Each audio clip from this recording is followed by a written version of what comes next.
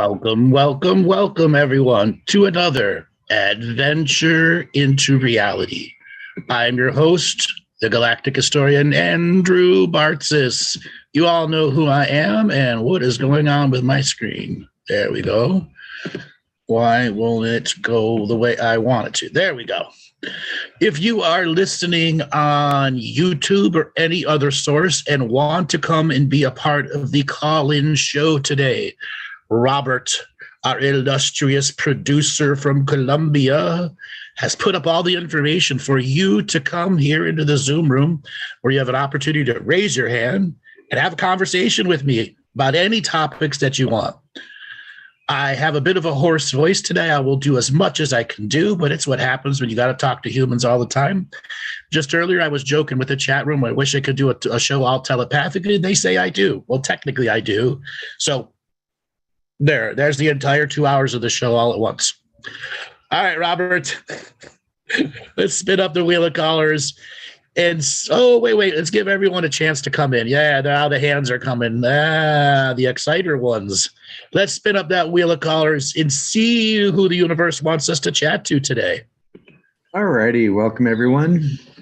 First caller will be Isis. Signal to unmute. Isis, are you there? Isis. Paging Miss Hello. Isis. Hello, where are you calling from? I'm calling from San Francisco, California. San Francisco. Welcome to the show. What do you want to talk about today? Well, I wanted to talk about myself. Recently, I've just been getting a lot of really amazing visions or experiences that I think are really happening. Just the other day, I was at a hot springs in the sauna, and I birthed a dragon, and that was quite an experience. And another time I had birthed a dolphin. So just out these of different your things womb, are happening. out of your womb or out of your heart? So out of my womb with the dolphin, and then the egg just popped out into my hands from my body, and I think that was from the heart. Yeah. And So how long ago was this? This was 2 days ago was the dragon, and then a couple of months ago was the dolphin. You got some background noise here. Yeah, I normally don't get picked, so I raised my hand, and I'm at the store. Sorry about that. It's ironically, I was trying to figure out what the noise was, and it sounds like a slinky going up and down, but it's store noise. Yes. All right, so the dolphin energy is more important than the dragon energy from you. And the dolphin is representing the mana of life, the availability to have creative energy to do something that's part of your bigger mission and quite possibly the legacy to the future. It's saying that the mana of life force is there for you to use. And it starts with the breath of life. And then you move into the taste of life. And then you go to the seed of life, which is the dragon, which is the greater idea being born inside you, that you have the potential to make a splash in the ocean of awareness. Wow. What have been your big dreams? What kind of splash do you want to make in the great spirit world? I've often seen myself as a protector, as a giant. I'm normally a very big giant being, bigger than the earth, bigger than the universe, maybe outside of the universe, but came here specifically for something here. And the splash is, I guess, to allow people to be their truest selves, and having that the creations just come out, whether it's to develop.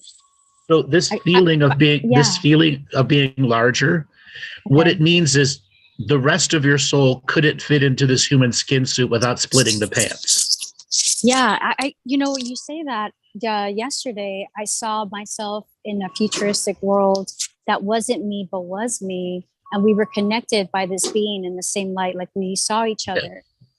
So things are connecting. So yeah, definitely. So when you were a little baby, the skin suit was too small for the whole soul. Yes. And now that you had the dolphin energy mana dream and then the dragon, the seed dream after that, it's now time for the rest of the large soul to fit in the extra small pants. You know, when you say that, it's so funny because when I had an aura session, it was a hypnosis, and I felt this energy try to squeeze into my body, but it was so uncomfortable. It was so large that it couldn't make it through. You couldn't even lay on the bed to get the pants up. Okay. Right. So your spiritual exercises have to work on the stretchy pants idea. Okay, so recently, when you say that, recently what I've been doing has been removing a lot of the excess lower vibrational energy, you know, with family, with trauma. This isn't about that. That's an ongoing process. Okay, yeah. You actually have to train the body to be. You have to actually train the body to be more elastic via the use of willpower. So one of the things that you can do is envision your crown chakra, instead of being like 6 inches round, to be like 3 or 4 feet round and 20 feet high. Yes. So that the energy coming in begins to stretch the hole there. Okay. So that the foot can come into the crown. Yeah. Okay.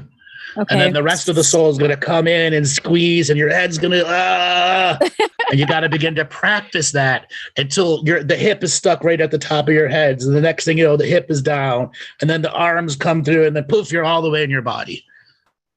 Okay. And so as I'm doing that, I feel like a lot of the question has always been, how do you live in this environment here while doing that? And I guess it's just the answer will come slowly as I allow that to kind of.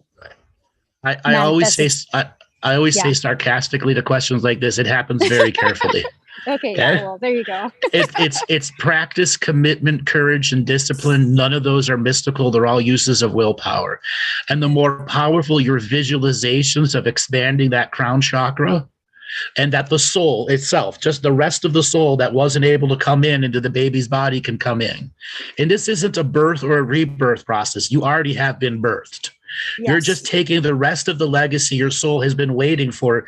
Your conscious awareness, the life traumas and the loves that you've gone through have led you to a point where you can even attempt this. Wow. I feel so clear in that, actually. The only thing it's been like, there's so many things that I want to do with that energy. So what do I do with the energy as I'm going through it? And you said willpower. So I'm going to be patient and create the resistance to want to find the answer quickly. Right. So the hardest thing going to be for you is putting the cart before the horse. You're going to think it's all the way in, and it's not. Got it. So go through the completion process of it's in, and all of a sudden it's not going to shoot out the top of your crown chakra with incredible force. Okay. It's got to be comfortable in the stretchy pants body. And it's got to be comfortable in public. It's got to be comfortable in private. It's got to be comfortable in the car. It's got to be comfortable sitting down. It's got to be comfortable when you're eating. It's literally the soul's got to be truly comfortable inside you. And then think about what you do with the rest of the soul in your body. You already have a mission, and you know that already. Yes. Your mission will be expanded greatly when you have the rest of the soul in there. Wow. What do you do for a job? I'm not working now. That's why this is such a wonderful blessing right now. What have you done? Focus on this. What have you done in the past? I trained as a pilot, and I trained as a firefighter.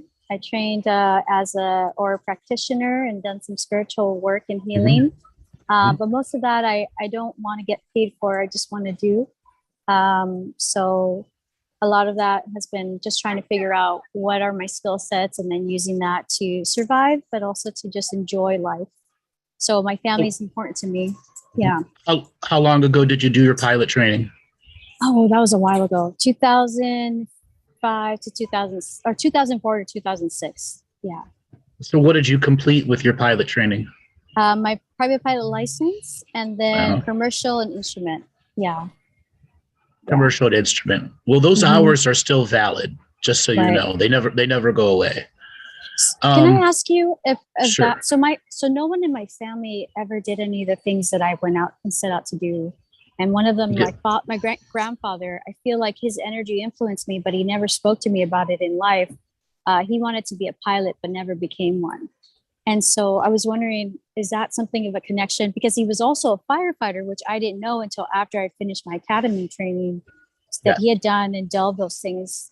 Do you sense that was from him? We often do things that our relatives and ancestors couldn't.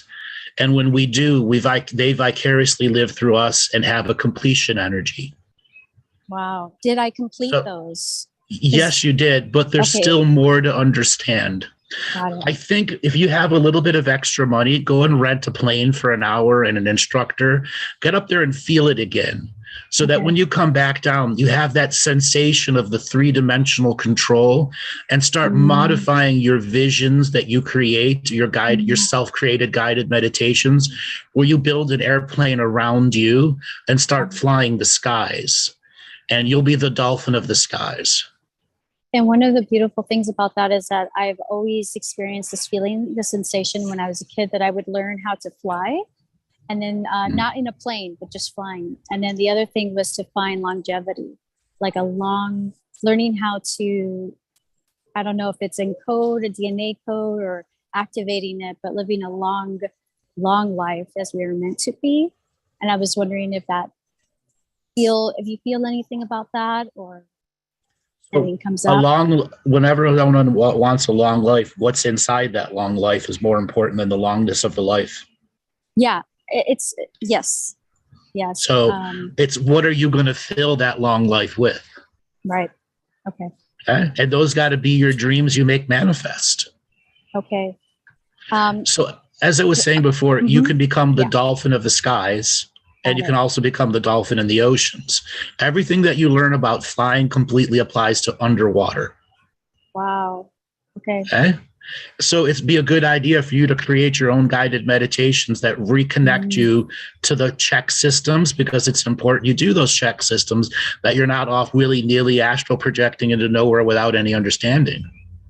Right. You use an actual a map and say, all right, I'm going to take off from my house. You fly up to 700 feet, 1,500 feet, and a map. You visualize that map in your brain. I'm going to take the freeway out, and I'm going to head out over, Vacaville or something outside of that area. So you're going to see the desert areas, and you see the mountains in the distance, and increase your speed. And the next thing you know, you're whirling around Mount Shasta. Yeah. Okay. And then let's say, hey, I want to go out over the oceans, and I'm no longer a single engine prop. I'm a jet plane. And then to Mount Fuji, the Himalayas. Okay. Yeah, I often get the sensation that I do that, sometimes through animals' eyes and sometimes through just moving around. And then also very connected to when I birthed the dolphin, I was inside a whale energy that I've been bonded to for my whole life. That's near the center of the earth or close to her. And so I don't know if that's what, there's like these large beings that surround her in protection. And so I've seen that very often. And it also connects with the layers of the earth that I see often of different creatures, just big, giant, mythical creatures. And I was going to say the last thing I wanted to say, because I want someone else to speak to. The pyramids are very often a very big thing for me. And I often draw them without even thinking about what I'm drawing. And it's like these underground pyramids that I feel that I'm supposed to connect to. And I've seen visions of myself speaking to humanoid, angelic, but also humanoid species that are here on the earth.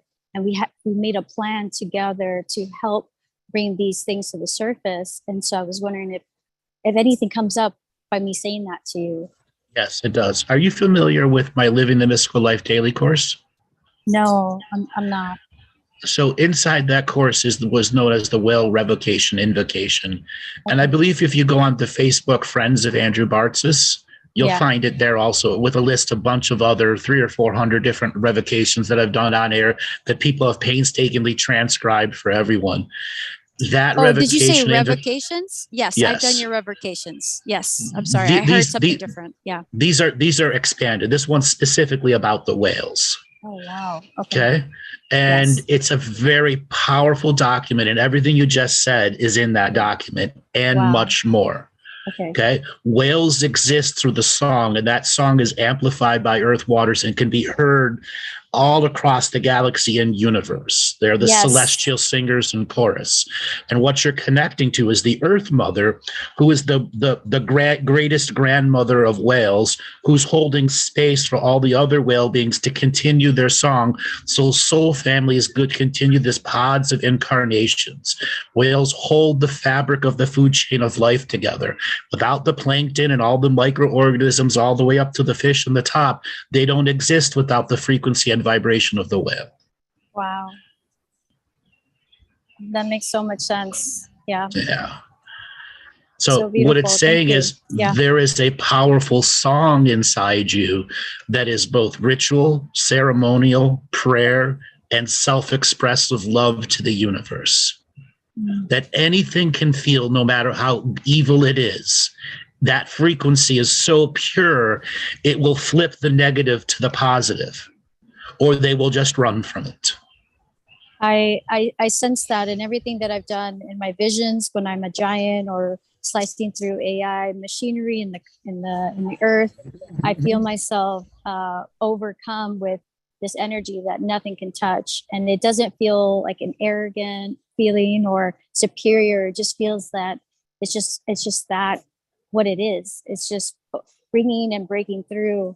And I often slice through many different type of dimensions and throw things back in there, which is something that just happens. Just very beautiful, powerful things that just come. And you're right. It feels like I'm dancing when there's this music of me dancing in a warrior dance performance through song. So for the next couple weeks, let the warrior go. Okay. You don't need to be the warrior. You need to be the dancer dancing the dream of frequency and sound, going from the dream world frequency and sound to the physical world dream and frequency and sound, dancing between the two worlds.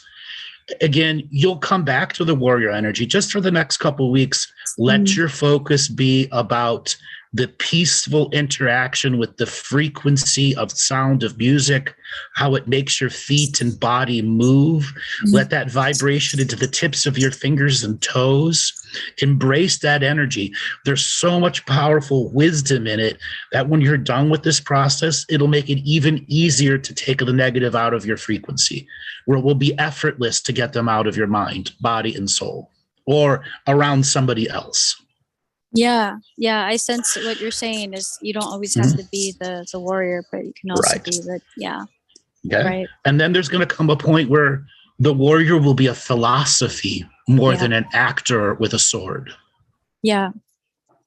Okay. Yes. I have so many questions, but we could keep going. But thank you so much, Andrew. I really appreciate you taking my call. I want to ask you a question now. Yes, go ahead. Are you in a relationship? No, I'm not. Why not? Bad relationships from the past. When's the last time you've been in a relationship? About a year and a half ago, almost 2. Okay. Don't let it go more than 6 more months without at least trying. I've tried. No. Real effort. Get off the apps. Okay. Meet people. Oh, that's what I want to do. Okay. Where should I go? That's the challenge of free will, isn't it? Yes. What I'm going to say here is if you let it go more months, 6 more months, there's going to be a lot of interpersonal social skills that you've earned and learned that you will forget. Okay. And it'll be so much harder to get back into that social life and then what to share because you have such an expanded spiritual world. How many people are going to understand it?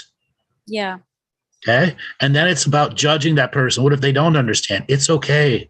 There are many relationships that the person does something else that helps fit where you don't. Yeah. Okay. So again, don't let it go more than 6 more months without at least actually trying. Okay. Even if it's C+ effort, it's better than quitting. All right. That's hilarious. Thank you. I just told someone yesterday that I wasn't I was like, I'm afraid of dating, which is funny that you're bringing this up. See, Okay. the thing is, you don't have to date. Just go out to dinner and be social so that you can learn that your new skills may be a challenge for others. Yes. So it gives you an understanding, how do I connect to normal humans? Okay. Because if you become an abnormal human for a long time, you end up as a hermit. You know, now that you're saying that, reminds me of my whole life. So thank you. Okay, that's good. Maybe I should join the sport as well. Also, I'll be blunt for a second. Yes. It may be time for you to look at both sides of the equation of love. Okay. What does that mean? Men and women. Oh, interesting. That's always been an open door for me. Yes. Well, it's been open, just a crack. Okay. But you got to actually walk through the door. Which is, you're always going to be your choice. Correct. Yes. Okay. Mm-hmm. Just let that be the advice so that you don't limit your potentials, because I'll be frank with you. There are several dozen people right now that could fit the bill, but you've locked every one of them out. And I know them? Yes. Oh, they've been in your life for a long time, but you can never see them as a potential. Until you change, until you change your perception. Okay. Okay. Yes, I hear you. Yeah. Yes. All right, darling. Thanks for calling in. You were fun to talk to. All right. Likewise. Thank you so much. Thank you. Take it easy. Bye. All right, Robert. Let's spin up the wheel of callers and see who is next. Thank you, Isis. Comrade, you're next. Signal to unmute. Comrade, are you there? Yes. Where are you calling from? I am there. Where are you calling from? I'm calling from Dirty Jersey, New Jersey. Dirty Jersey. What do you want? What do you want to talk about today? Right. You got to turn off your speakers. You got to turn off the show. Hang on. Yeah. Can you hear me? Yes, I can hear you just fine. How you doing? I'm all right. So basically just one thing. It's my teeth, my mouth. I've been struggling for some time, about 6 months. It's nothing structural, my teeth are healthy. But for some reason, my mouth just can't relax. My tongue is all over the place. Swallowing, saliva, and it is literally sucking the life out of me. Do you feel thirsty? No. So do you find yourself doing your neck like this, like I'm doing a lot? What exactly are you doing? Turning your head, trying to crack your neck? Just recently I've started to crack my neck. But your occiput, the plate at the back of your skull is completely out of place, and your atlas and axis, or C1 and C2, are pushing in the opposite direction. And that's why you're constantly swallowing. That's why your jaw is grating itself, because it can never release, because the pressure from the back of the skull is pushing on the mandibles, which is pushing on the mastoid bone, which is now causing forever facial stress. So my advice for you, I rarely tell people to go see chiropractors first, but you need to see someone that can adjust your upper atlas and axis and re-put your occiput back in place. It'll take care of everything. It's a very specific term. When you go to a chiropractor, they do the upper, the atlas and axis. So normally it's a perfect X. Yours are like this, totally the wrong way, pushing on the mastoid bone, which is causing your back of your skull to be completely misformed. Okay. Usually this comes from severe emotional distress. Yeah, that's pretty much what I was thinking. Yeah. So usually a chiropractic session like that is between 80 and 90 bucks. Sometimes it's cheaper, and they'll want to adjust the rest of your body, and that's fine. But just make sure that by the end of the session, they've done the upper, and they may want to do the uppers and lowers, and that's fine. But after they've adjusted your neck, you're going to feel like you're free. Like you can just go on the ice and skate and nothing be wrong. But you still have to deal with the emotional distress that put the body out of whack that level. Mm-hmm. Yeah. What happened? Pretty much complete emotional, nervous, psychological break. Like 1 billion% short-circuited about a year ago. Was it because of conspiracy, politics? What was it? What did it? It was kind of just me not taking care of myself at the time. And one night I just pretty much lost it. And it felt like I was being shot by lightning in through my crown chakra for about 2.5 hours straight. Yeah. How long ago was that? About a year ago. And nothing like that has happened before? Never like that. No. So where do you live in Dirty Jersey? I live in North Jersey, about 20 minutes from New York City. All right. So that electrical energy was actually an elemental from the ground coming up through the ground and using you as a focus to let go of energy. Now, Okay. We can technically call this a haunting, but elementals rarely ever actually haunt. It had no other choice. If it didn't release this energy, it would have died. Now, there is a benefit to this. It blew out weird shit out of your aura that had been stuck inside you since childhood, depression, anxiety, but you're still experiencing it now because the body is out of whack. Once you've had a chance to do the chiropractic adjustments, you're going to discover that that perception of an attack, yes, it hurt. Yes, it fucked you up. Yes, it puts you down an emotional thing. But as you begin to heal from it, you will discover that there are very powerful new skill sets that are given to you. Yeah, that's what, I've been coming to understand. It's just that my physical took such a hit that, I can't do shit. I could barely function. I could barely wake up. I'm barely making it to work. And I've been trying to get, acupuncture, massage, Reiki, acupuncture, all that acupuncture isn't going to do anything for you. You need the skeletal adjustment done. Afterwards, all of those things that you're doing will be 10,000% more effective for you. Yeah, I booked a craniosacral. Would that be able to go in conjunction with the chiropractic work? What do you think? Sure, but you get the chiropractic done first. Okay. You should be able to find anybody in your local area that's a decent chiropractor that can do it, and then follow up with a craniosacral afterwards.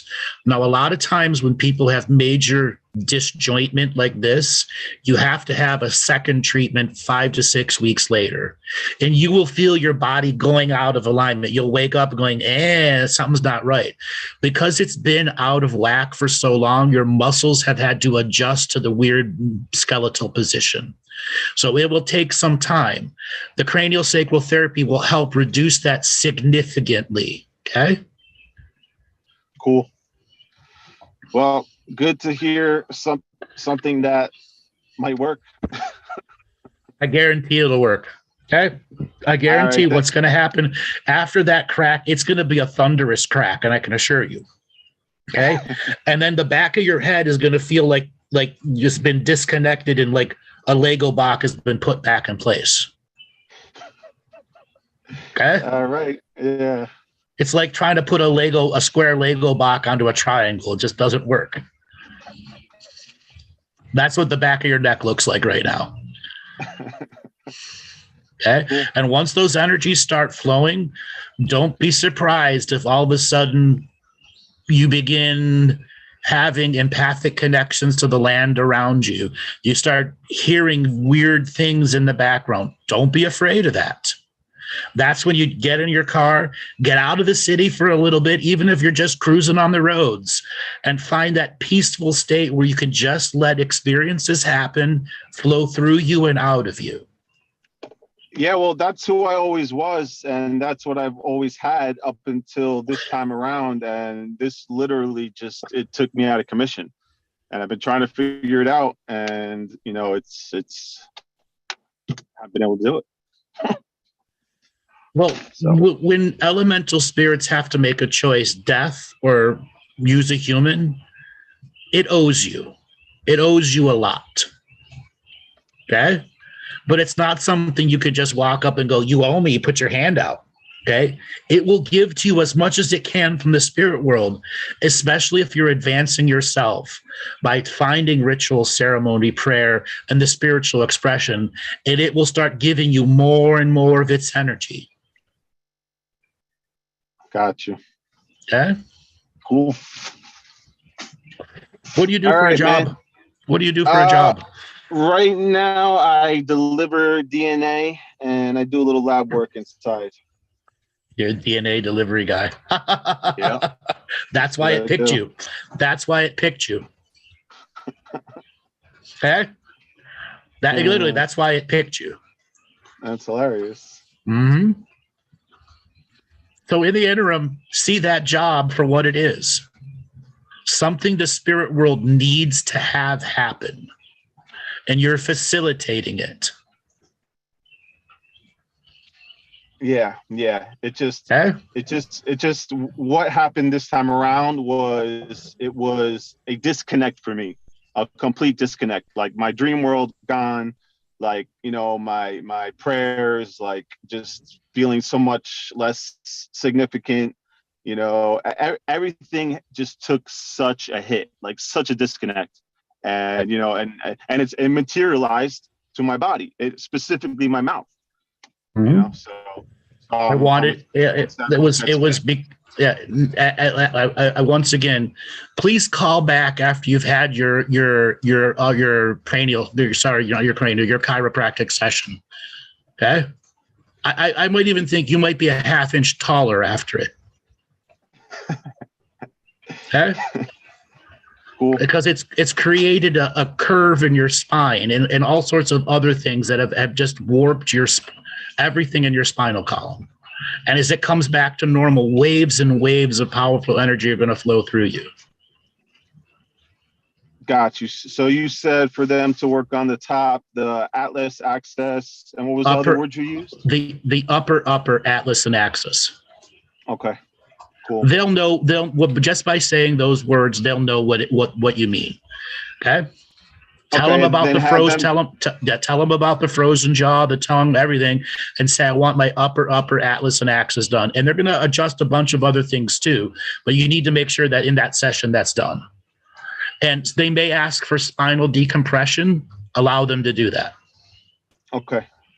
Okay. All right. Great. And right, you will have thunderous cracks. Don't be afraid of them. Enjoy them. Thank you so much, man. All right, brother. Take it easy. Good talking to you. Take care, brother. All right, Roberto, let's spin up the wheel of callers and see who is next. Ready, Isabel. Signal to unmute, Isabel. Isabel, are you there? I'm here. Hi, where are you calling from today? Province of Quebec, Canada.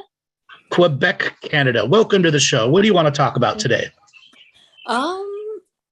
I just wanted to tell you thank you. I discovered you after having an accident in my neck in December 2019, just before the pandemic. I received a medicine ball in my face, which caused a whiplash. And then I was stuck at home.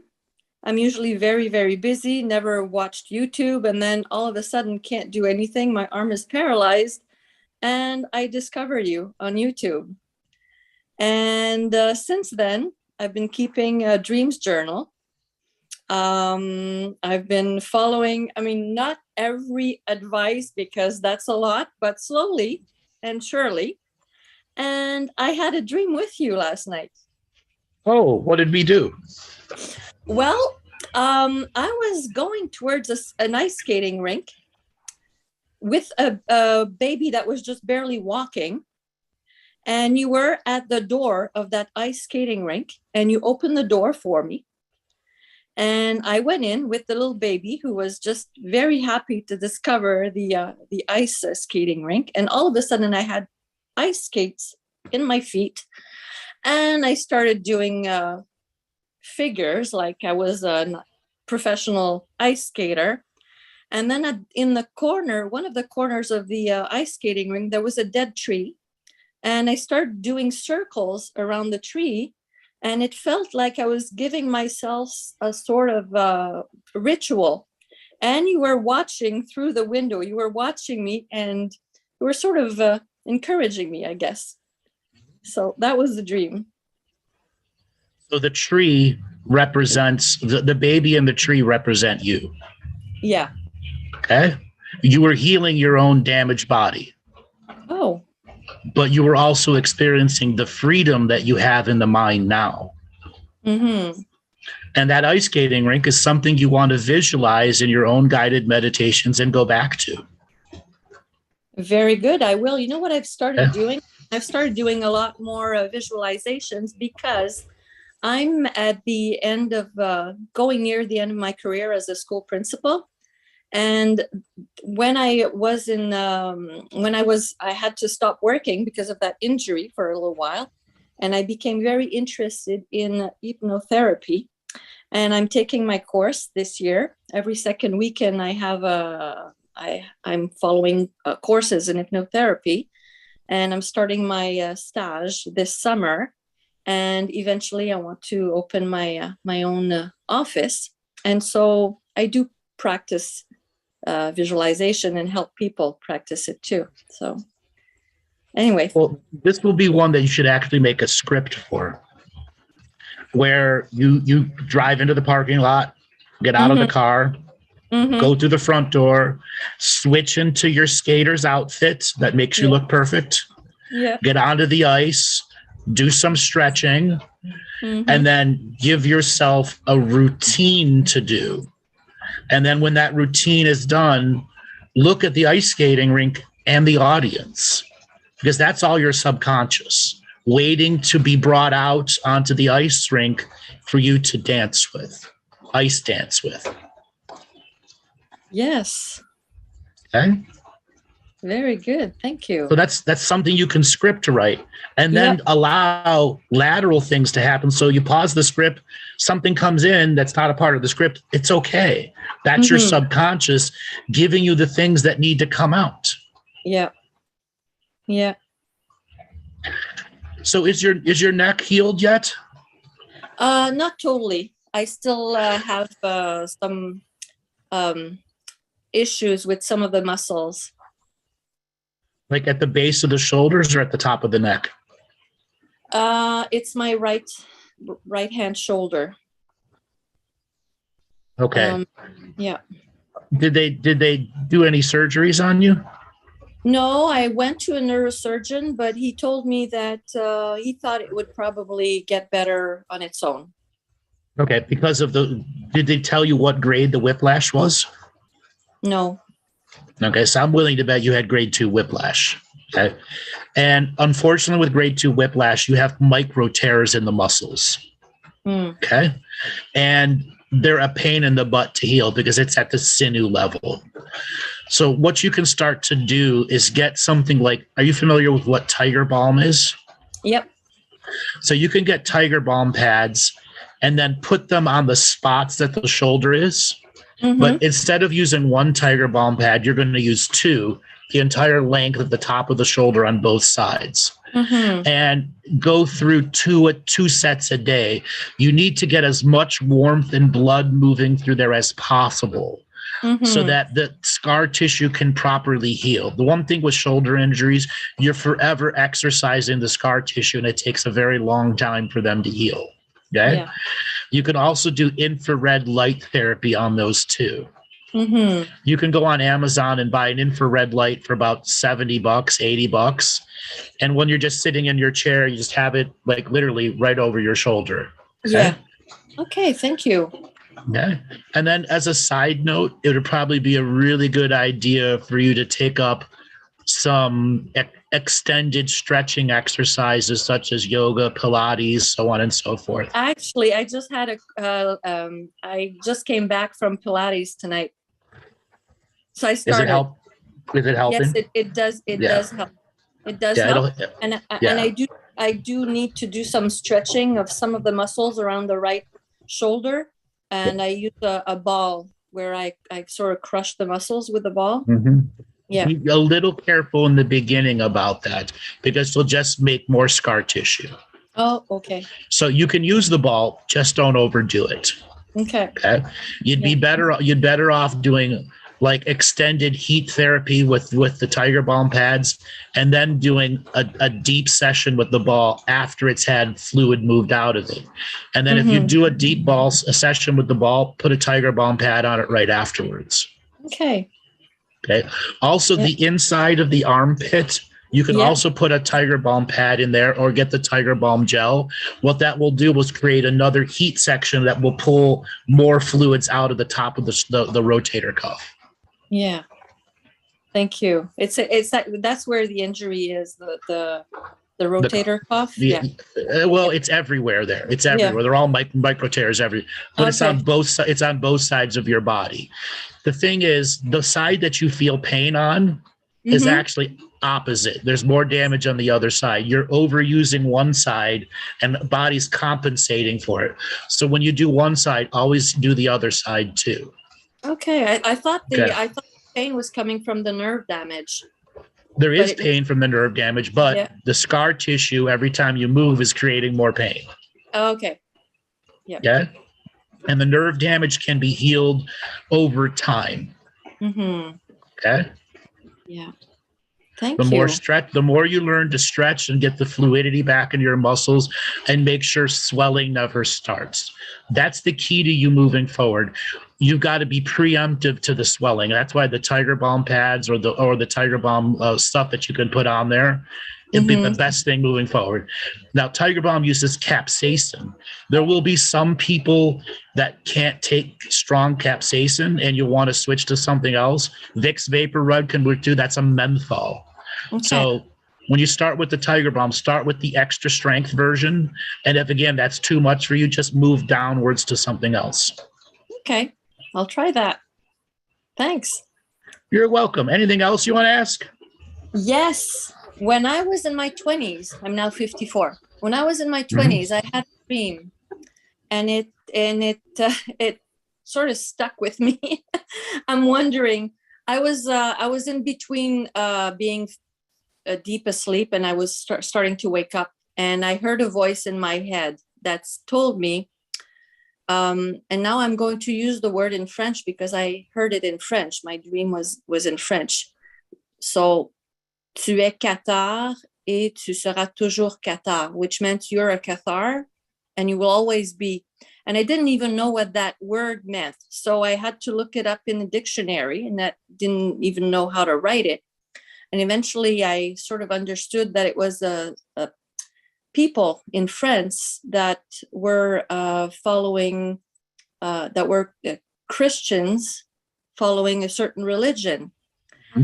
And I didn't find a lot of information on this people. I just understood that they were pretty rough on their body. Like they were, you didn't run across the other parts of the Cathar histories? I don't know much about. So if you type in Cathar's past lives England in Google, what you'll discover is there were people that were doing hypnotherapy regression on a group of people in a town in England, and what they ended up finding out was like 150 people in the town all had similar past lives to the Cathars in southern France. Yeah. Now, I have done shows on the Cathars. If you go to my YouTube channel and do the search for Cathars, Andrew Bartzis, Galactic Historian, you'll hear a bunch of shows on. They were a very advanced race of humans using Christianity where it wasn't patriarchal dominated nor matriarchal. It was an equal expression. And that's why the church had to put it down. They were also technology traders with off-world beings. But the history of the Cathars became widely known about this experiment that was done in the 80s with hypnotherapy. And then they began realizing this entire town is all sharing a common theme that is from the Cathars in France, and there's no way anyone could have known any about it. There's all sorts of documentaries out there for it. Yeah, okay. I'll look for them. I was trying to understand if it was a good thing or a bad thing. No, it's a good thing. It's saying it's basically saying you have a bigger story. And you might want to do a past life regression based off of that. But write actual questions about the Cathars and the past. Like, most important thing to do with a past life regression is to be interactive before it starts by asking specific questions. And not just 5 questions. Come with 50 or 60.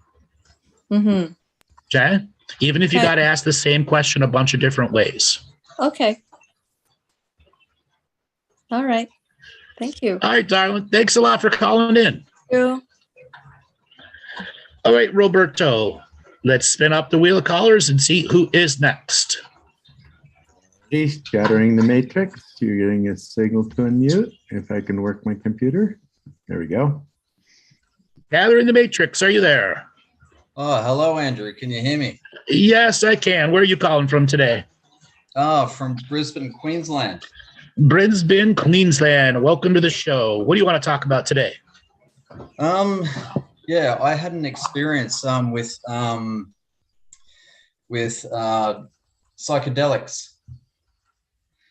Okay. And you're coming to the right person. Yes. I experienced this negative. I heard all these experiences in the past, and I experienced this negative presence. And it's it felt like I was in a different density. When I looked around everywhere,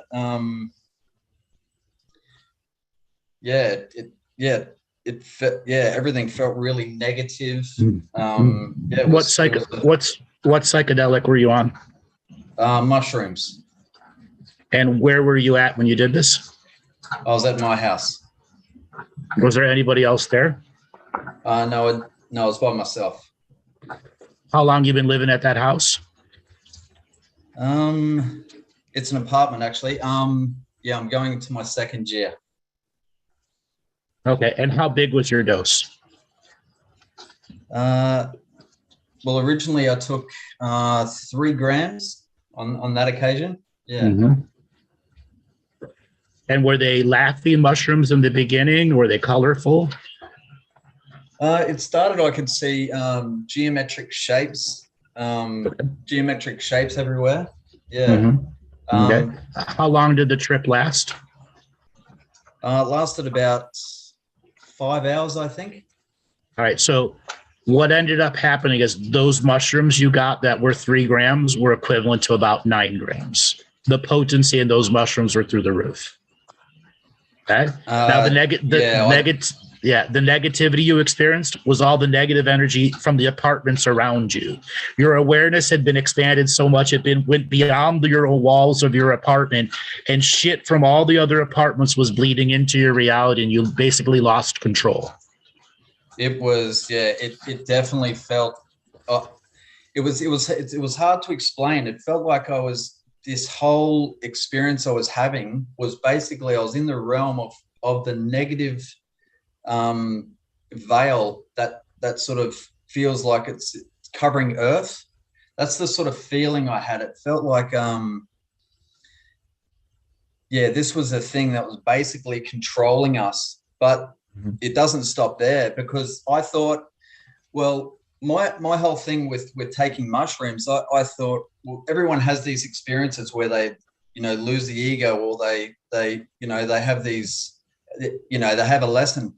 But I took it again and I thought, well, I want to see how far this goes. So I think I took 5 grams the next time. And if you're saying that was like 9, well, this one, it was too much. Exactly the same, but it was more. It was even more intense. Right. It was too much. Yeah. So this is my rule. No matter how experienced you are, no one should ever be doing hero doses. Ever. Yeah. Start with a half. I agree after doing that. Okay. You start with a half a gram, and 90 minutes later, take another half gram. What that means is you will reach peak, and anything more you take afterwards will just extend the journey. So if you run into a cap that's fucking 10 times more powerful than anything else in the bag, which happens often in mushrooms, it's just going to extend the journey, not make it worse. Yeah. Okay. Yeah, so you can keep adding a half gram and a half gram. Now, what I generally do, because I know me and I generally have a lot of prayers over my mushrooms before I do them. You didn't do that, did you? You didn't put the prayer process into the mushroom. I didn't. I did do it, but I don't think I did enough. I knew I should have done more. You should have done more. Right. Yeah. Now, the next time, if you ever find yourself in this uncontrollable space, focus on your breathing. Actually count 1,000 in, 2 1,000 out. 1,000, 2 1,000, 3 1,000 in, 1,000, 2 1,000 out. You can also go and learn the Wim Hof breathing processes. No matter how strong and intense the mushroom journeys, you can breathe through it. And once you've finished breathing through it, you've got to put the journey from the mind into the body. So you got to start doing physical exercise. What I like to do is martial arts, katas, dance moves, drumming, drawing. Drawing is still part of the mind. I used to do airbrushing all the time, so I would regularly take doses of mushrooms and airbrush murals and stuff. Okay. Yeah, I did feel like I wanted to draw stuff, and I had a really creative urge. Once I got over this feeling of negativity, there was one thing that happened to me. I wonder if you could help me explain. So it felt like this thing was trying to violate me. I felt like it was trying to touch me, like literally touch me in places that I didn't want to be touched, for instance. And it really felt like it was physical, like I was feeling something touching me. You reached panic mode. I was in control, but I knew what was happening. No, you were. You were fully You were fully adrenalized, and what that was is your awareness had expanded so much your skull was going to crack. Okay, that's probably the energy. Yeah. And what ended up happening is I can't let go of control. I can't let go of control, and something was trying to peacefully calm you, and you saw that as a touching and invasion energy because you were adrenalized and panicked. Yeah. Yes. Not to mention the apartments around you have their own negativities that were coming in, and you didn't realize that some of this negativity is totally not yours. Yeah. Yep. Yeah, that helps to explain it. Yeah, because it really sort of affected me in my process of ascension in a lot of ways. It took me back. It slowed you down. It slowed you down. Oh yeah, big time. Do you smoke cannabis when you use mushrooms? No, I don't. I don't really take anything. I just had this urge to take a psychedelic. It just was It was like a driving force for years, and then I eventually worked out how to get it, and then that's fine. But other than that, I don't know. For future reference, cannabis will soften the peaks. Okay. It'll soften the peaks and allow you to be more creative with the energy. Because it came on so fast and you're like, I got to hold on.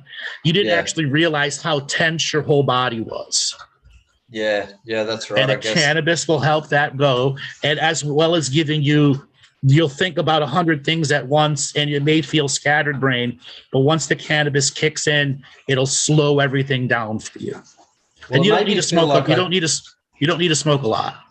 Yeah, well, it made me feel like I never want to do mushrooms again. But are you saying that I should probably even try it, but at a hell of a lot?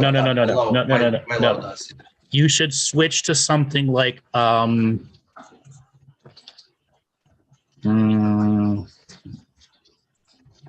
peyote, which is mescaline. Okay. Now, Okay. Peyote, you're did in you say? peyote, which is mescaline. Now, Right. you can illegally find mescaline out there in decent sized tab. They kind of look like horse tabs, and some are smaller. The thing with mescaline, it's very hard to judge your dose because it takes 4 to 5 hours before you even feel the tickle inside you. Right. Okay. That's So there's a scary in lot of ways. there's a lot of anticipation, but once the tickle comes, it's like a kaleidoscope of colors. Wait, did anything happen? Kaleidoscope of colors. And it gets a little bit stronger and a little bit stronger. And then you don't really notice the peak, but you notice that, hey, it's finishing, and you look at the clock and it's like 12 hours later. Yeah, right. Okay. Okay. So you'll have to work on your dosing. Take the smallest possible dose and know full well it takes forever to take effect. Don't add more until you figured out your dosing. Oh, I will be going slow next time, I can tell you that. Yeah. Okay. Thank you, Andrew. Have you ever done MDMA, ecstasy? Yes, I have. How did that work for you? It felt like I was literally in the love vibration. Yeah, it was the most amazing experience I've ever had, to be honest. Okay. So MDMA is extremely addictive, as you should know this. And if you're going to use something substitute once a year, you can do MDMA, as long as you know it's the quality of what you're going to get. But find some ceremonial cacao, okay? And brew it ahead of time, thicker than you've ever had before, okay? And then after you've taken your MDMA and you know it's about to kick in, just start sipping it and start sipping it and sip it some more. Don't gulp it down. It will help balance some of the love feelings so you can direct them towards yourself. Yes. Okay. And then the next day, if you're intending to do ritual prayer and ceremony, if you've entered that love space, allowed forgiveness, opened up to the love of the universe, done some really creative energies while you're on that MDA, as well as prayers, the next day you can try a small dose of mushrooms. Yeah, right. Okay. But again, MDMA is once a year. If you do it twice a year, it's okay, but just understand the next time you go to do it, your dosing is going to need to be so much bigger, and that's the insidious part of MDMA. Yeah, I'm not addicted to any of that sort of stuff. I take it literally for the experience and what I get out of it. Yeah. And before the experience starts, find a prayer process, clean up the house, prepare your trippers toys. Okay, you got your notebooks, you got your artwork. Right. Like whenever I do it, I always prepare the 12-hour vacation is what do I want? What am I going to do? Have a strategy ahead of time that includes spiritual hygiene. Okay. The energetic clearing of the space, the prayers, the more prayers you put into the space, the more it comes back to you. Yes. Yeah, that's great advice, Andrew. Yeah. Also, when you're on MDMA or mushrooms, always at least once to try to take a shower. Let the water roll over you. The water, exactly. Yeah, absolutely. It really it revives the journey to go even deeper. Yes. No, I fully agree with that as well. Yeah, the water is something I'm drawn to. Yeah, it's magical. Yeah, that's exactly right. It's something that I have to have a shower. Exactly, if I've done that. I like to start it with the shower. As soon as I take it, I go in the shower. And then I come out because it resensitizes everything. And then as I reach my peak and I get myself into the exercise and action and the sweating is going, I'll take another shower.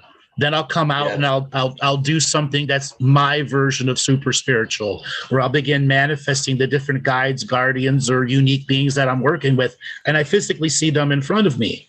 And I go through the verbal dance with them, as well as an actual dance process. Because when I allow them to lead the dance, I am receiving more from them. When I'm leading the dance, they're trying to understand my point of view even more. Yes. No, I'd love to have that type of experience. Yeah. Yeah. Well, I'll definitely take all of your advice. Yeah. So as a short-term interim, how often have you used cannabis recently? It's a rarity thing. I think probably the last time was maybe 3 or 4 years ago. And what was the experience like? Yeah, I have really good experiences on it, actually. Yeah, but it's just not something that I really do. But yeah, I have like a very calming and it feels like an expansion of knowledge. Right. So what I would like for you to do is to find a small amount of cannabis, because you're not going to smoke a lot. Okay. Yep. And then put hours of prayers into it. Hours. If you can do 15 minutes a day, 5 days a week, that's C+ effort. If you can do 30 minutes a day, 5 days a week, that's B+ effort. 90 minutes a day, 6 days a week, A+ effort. And put as many weeks of prayers into it before you smoke it. Okay. And again, you're only going to need a little tiny bit to feel that creative flow. And the more prayer you put into it, the more you will get out that spiritual revelations. Okay? Oh, that's so amazing. I've never actually thought to do it like that. You got to see it like a prayer battery for yourself. Yes. Well, it makes me want to try it now. Again, you got to put the prayers into it. Okay, yeah, that's the key. Right. That's the key. I'm willing to do definitely. I'm willing to do the work, whatever it takes. Yeah, that's. Yeah, thanks again, Andrew. Also, do you have any teeth issues going on? Yes, I do. What's going on with your teeth? I've got a couple of cavities. Yeah, at the moment.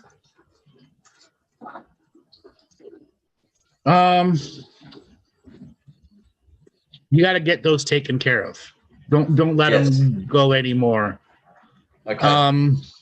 And what you can do is you can use a tiny bit of cannabis, dip it into some decent alcohol, and then stick it at the back of your jaw, like chewing tobacco, and just let it stay there. And you might have to have a little bit more sip of alcohol, a little bit more sip. What that's going to do is release all the THCA, because for cannabis to give you the psychoactive high, it has to be heated.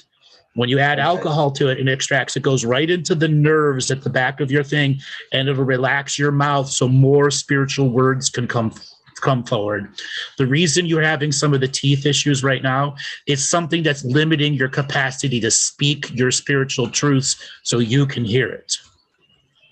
Yes, I feel I have something has been holding me back. I understand so much, but bringing it out is a different story. Yeah. No, I'll try that as well.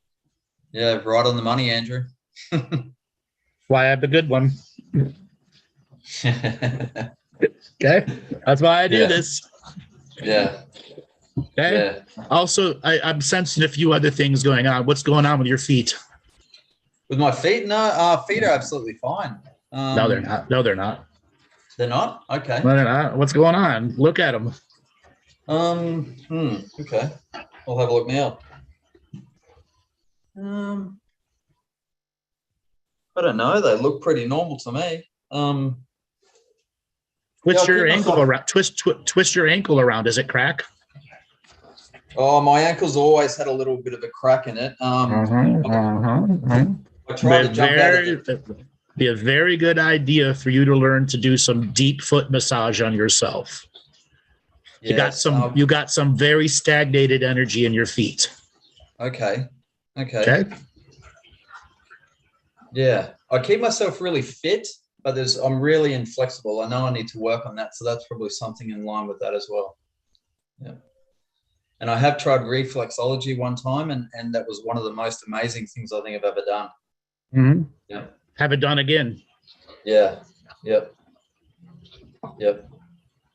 Yeah, I have been thinking about it too. That's interesting that you say that. You got a bright future ahead of you. You just got to do some of the inward prayer work so that the rust falls off, and you put the Bondo on the old rust holes and paint over it and just keep moving on. Okay? I feel like I've done a lot of the inner child work. I've done a hell of a lot of that work, and I feel really calm within myself.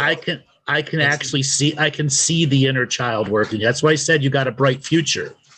Yeah. Okay. You just got to learn things like you've mentioned. Learn the short-term spiritual planning of making these prayer batteries around you, and then learn this long-term spiritual planning of, well, I got to see the next 3 months as a longer term spiritual goal. Those little stuff I do every day adds up at the end of the 3 months. But the goal is over these next 3 months, the strategy is, can I complete all of these things in 3 months and feel the victory from it?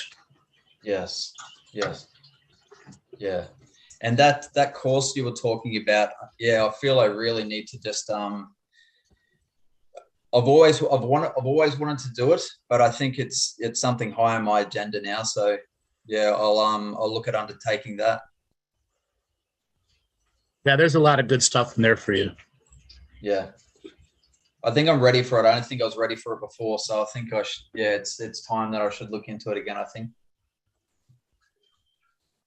Well, brother, thanks a lot for calling in. We're going to move on to the next caller. Yeah, thank you so much, Andrew. You're welcome. It. Thank you very much. All right, Roberto, let's spin up the wheel of callers and see who is next. All right, great call. Delia, your signal to unmute. Delia, are you there? Hello? Hi, where are you calling from? From Jupiter, Florida. Jupiter, Florida. Welcome to the show. What do you want to talk about today? Wow, I am shocked I was picked. I wasn't really ready because I've been raising my hand and I never got picked. Well, that's why it's the wheel of callers. And I tried to get on Zoom and it took me so long. Like I keep putting the code in and it doesn't go through. Wow. Well, you're here now. I am very emotional right now. Well, I've been listening to you for a year and a half. I've been listening a lot to Dolores Cannon, to Jane Roberts. So I was very aware of how you create your own reality. And then you kind of put all the puzzles together. I was into the whole conspiracy theory with David Wilcock and all that kind. And I just stepped away from it because it didn't seem like it's going to reach anything. It didn't really fulfill anything. But I guess one question I always had is there any way you can prepare for when you pass away and you go to the other side, so you don't get trapped in the wheel of, you don't come back? The answer is easy. You lead a good life. You learn the spiritual processes and live them daily, weekly, monthly, yearly. You learn spiritual hygiene. You allow yourself to advance and retract and learn to balance the scales of wisdom that's coming through you. Learn what you're responsible for and what you're not responsible for. That's the whole point of living. That will absolutely guarantee you won't get trapped in that other matrix. But if you're focused on death and aren't doing anything in the life, what's going to happen? Your death is going to be trapped. And unfortunately, there's a lot of teachers who say, worry about this, worry about this, worry about the end. Worry about now. Okay? Do something in the now, and that will never be a concern when you pass. Okay, I'm not afraid of dying. I never was. Maybe I'm you're curious though. Yes, because I get frustrated listening to Dolores Cannon, The Convoluted Universe. Mm-hmm. How it takes everybody to different lives, and Dolores is a little verbose in her description and vague at the same time. It's why I'm different than so many others. I chose to come in and allow my language to speak to the deeper truth. Is she doing that? Yes. But she's doing it at a frequency that many of the much lower frequency people can perceive. There are a lot of people who can't perceive. Right. Mm-hmm. People can't perceive me because my frequency is too high. That doesn't mean a newbie can come and learn from me. It absolutely happens all the time. It's about that enthusiastic effort to let the darkness go and allow the light in. Yes. Wow, it feels like a dream that I've been picked. And I'm talking to you. I've been listening to you, and I've been talking to you in my head constantly. Mm-hmm. And I always ask the questions. I'm working on healing healing the inner child. And every time I get frustrated and I ask the question why and why and why. And it's definitely a way to understand behavior patterns. It's really, really helpful. And can I ask something more Sure. personal? Yes, go ahead. Me and my husband opened a restaurant a year ago, actually. Mhm. And I don't know, maybe it's a silly question to ask, but will this be the right path to take? Because it's just so stressful, and sometimes it feels like we're keeping this time away from the kids, and I don't see the results. So did you know that I grew up in the restaurant industry? Yes, I do. Okay. And I also swore to myself I would never own a restaurant. And I regularly have to slap my hand, even though I want to think about doing that. Did it take a while for me to get over the blaming my parents? Absolutely it did. But once I did, I understood the restaurant was my training grounds, exposing me to thousands of people daily. You chose to open a business at a time of COVID. Is the restaurant in a place that is busy, or is it slow? it's steady. It's steady enough to keep you there. We cover expenses. It's just we're hoping to make some money at this point. Just something breaks, something got to be replaced. It's always, That's the nature of the restaurant business. yeah. Okay. Now, the time away from your kids. How old are the kids? They're 4 and 6. Then you got to bring them to the restaurant. This is somebody who grew up there and had my own traumas from it, but you're not gonna. They will be raised by someone else. Yeah, Okay. the weekends are with my friends. And the weekdays we make time to spend with them. Bring them to the restaurant. And it's okay to have another employee who's paid to make sure that the 4-year-old and 6-year-old don't do crazy shit. Yeah. Okay? It's okay. You still need to be a part of their lives, and you got to learn to balance it. They came into your life knowing full well you guys were going to have this business. It's a part of them too. It's a part of them too. Don't lose out on those special times because you got to work your ass off. Yeah, my 6-year-old loves food. She loves eating so much it scares me. Okay, we'll teach her how to cook. Teach her how to read recipes. Do you see anything in their persona I need to focus on? Yeah. So what's the name of the 6-year-old? Ami, Emily Jo. And is she having any issues right now? Yeah, she's overweight. How much overweight? Well, she's 80 pounds. Okay. And she's tall. She's not really exercising. She's doing dancing, and after she finishes dancing this year, I want to put her on to swim. All right. The overeating is compensation for you not being there.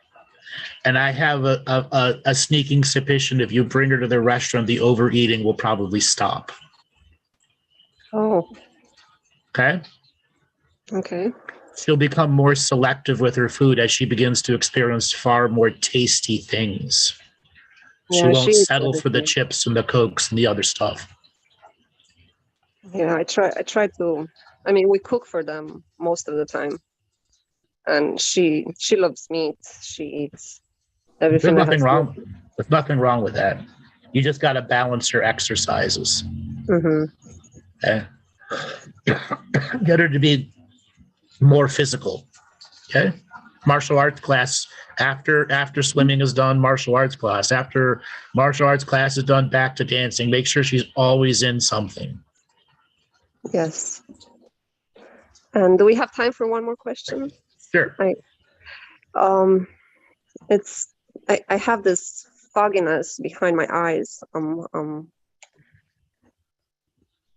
I'm here, but I'm not here. That's the restaurant. That's the restaurant doing that to you. It's even before the restaurant. I thought maybe it's information overload, so I took it easy. Like I don't have any kind of social media. I don't stay connected to any kind of source except for news here and there, and then listening to you. It means you're burnt out. You were burnt out before, and the restaurant's just making it worse. So how do you recover? You've got to learn to carve time out for yourself. No matter how busy it is, no matter how many people are calling sick into the restaurant, you've got to figure out how to carve time out solely for you. Do you remember that 1980s or 1990s commercial Calgon Take Me Away? No, I grew up in Romania. Okay. Well, it was a TV commercial here in the late 80s and the early 90s about a bath soap named Calgon. You drop these little tabs into your bathtub and it makes a soapy, fuzzy bath water. And it was for women to go into deep relaxation. And it was a common joke.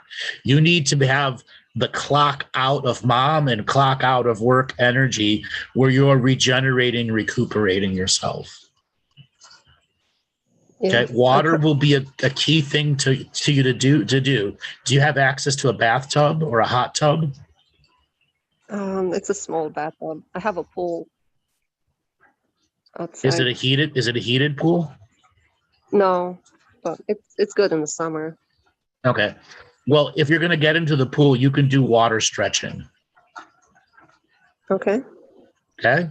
And it'll allow the body to go through deeper forms of relaxation. It will also be a good idea for you to get a regular deep tissue massage so that you can get some of the stress out of your body. Yeah. Okay. Yes. Andrew, I am so grateful for all your teachings. Honestly, well, you're welcome. Keep on trucking. You're doing good. You just got to learn to carve time out for yourself and let yourself have more time with your children and figure out how to balance it all. Yes. Yes. Okay. I'm going to let somebody else get their turn. I'm very grateful for your time. You're welcome. All right, darling. Take it easy.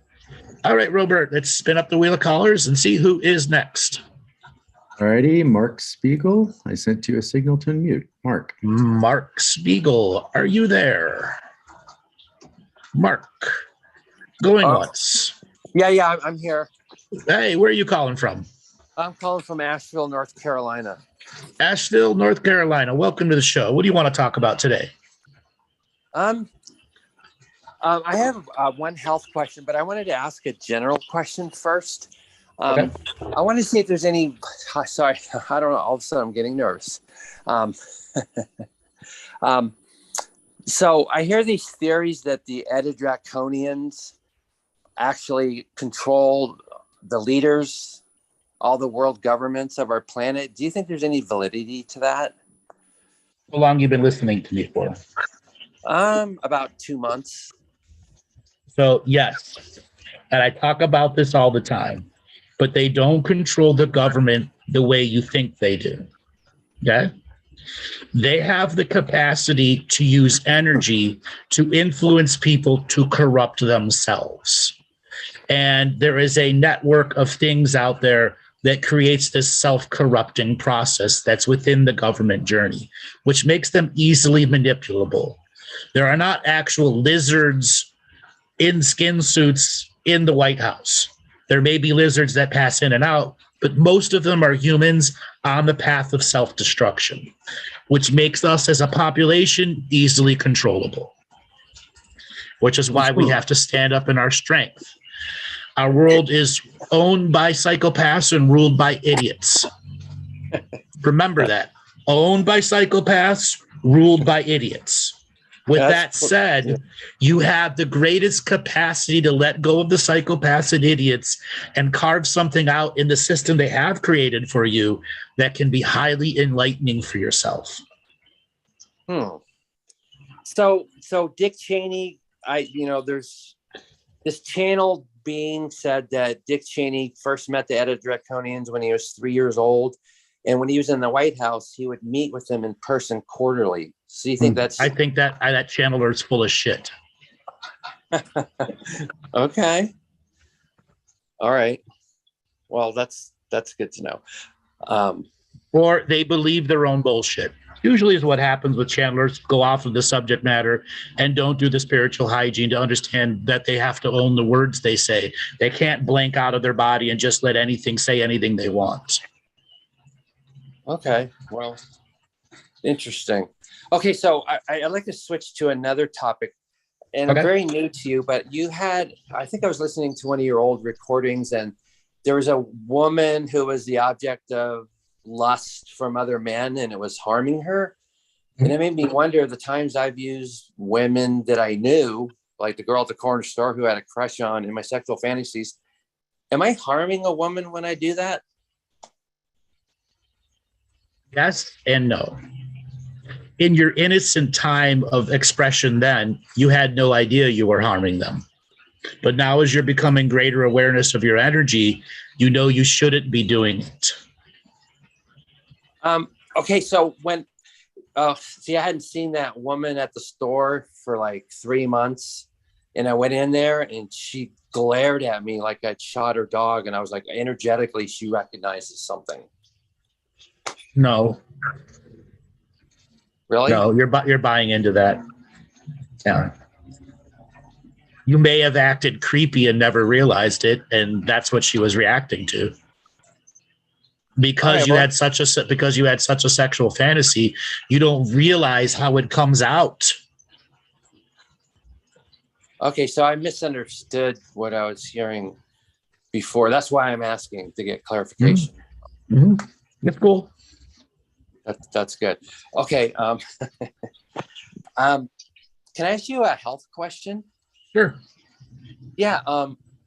All of a sudden I have asthma, and I've never had it my whole life. And it seems to be really connected to carbs now, and eating after 6 o'clock at night, I'll get really bad asthma. And sometimes I'll just be woken up by it by 4 a.m, which is kind of a drag. And if you have a prescription, I'd really appreciate hearing that. Have you actually gone to the doctor and got an asthma diagnosis? No, I don't trust allopathic doctors. Then how do you know you have asthma? Well, I have labored breathing, so maybe I don't have the labored breathing is not asthma. Okay, fair enough. Okay. No matter how much you distrust allopathic doctors, there's still a use for them. And if you're having labored breathing, you probably have high blood pressure and don't know it. Oh, wow. Okay? Yep. Very common. Stressful breathing, and you're not using the fullness of your lungs. And when your vascular system is prolonged experience to hypertension, your vascular system expands and contracts, and then you take shorter and shorter breaths and you begin more and more stressed. So there's probably more of an underlying hypertension. It could also signify that you're beginning to have diabetes onset. Yeah, for sure. That last one. It means you need to go to the doctor and get over your bullshit and dogmas about them and get treated. Aren't they just drug pushers? Aren't they just drug pushers, though? That's your dogmas and bullshit speaking. Really? Absolutely. Doctors and big pharma are not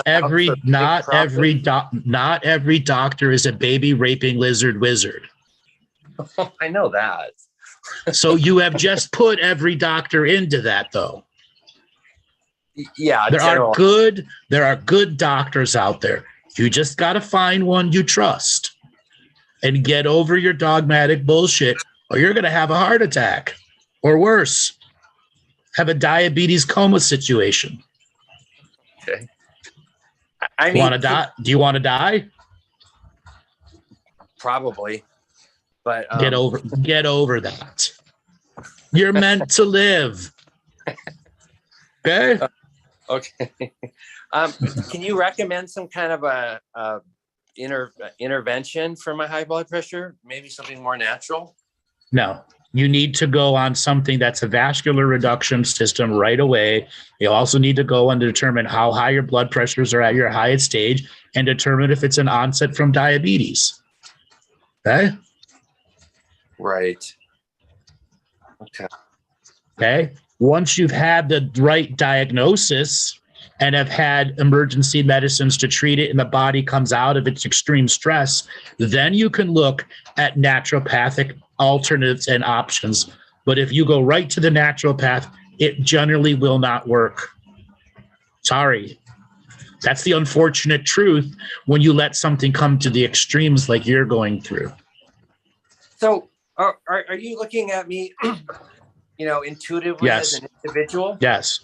Yes. Okay. I'm looking right at you like I read everyone. And there are other things that I'm not saying either because you're not really ready for how you've let your body fall apart. Because you've had such a stigma for allopathic medicine for so long. Well, can you blame some people for not trusting allopathic doctors? I mean, they don't have a great reputation. I understand it, but blame is what? No different than shame or guilt. If you are expressing blame on something, you're entering that negative frequency. Okay. Wow, this is expecting you to say what you're saying. It's triggering people in the chat room too, okay? But you need to hear this. You absolutely, if you go back and listen to my shows over the years, I say this regularly to people who have let their bodies fall apart so much, they think a dietary supplement will fix them. It won't. It won't. You've got to get the body out of stress, into the healed state, then you can look at naturopathic options.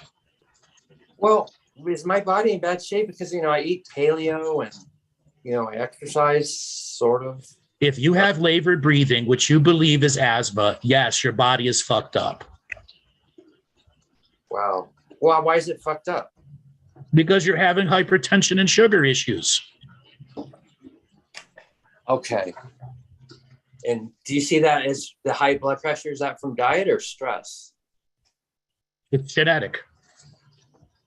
Oh, well, that makes sense because my dad had that all those things. Yeah, it's genetic. Okay. All right. Well, these are things to consider. Thank you. Can I ask you about one more other health issue?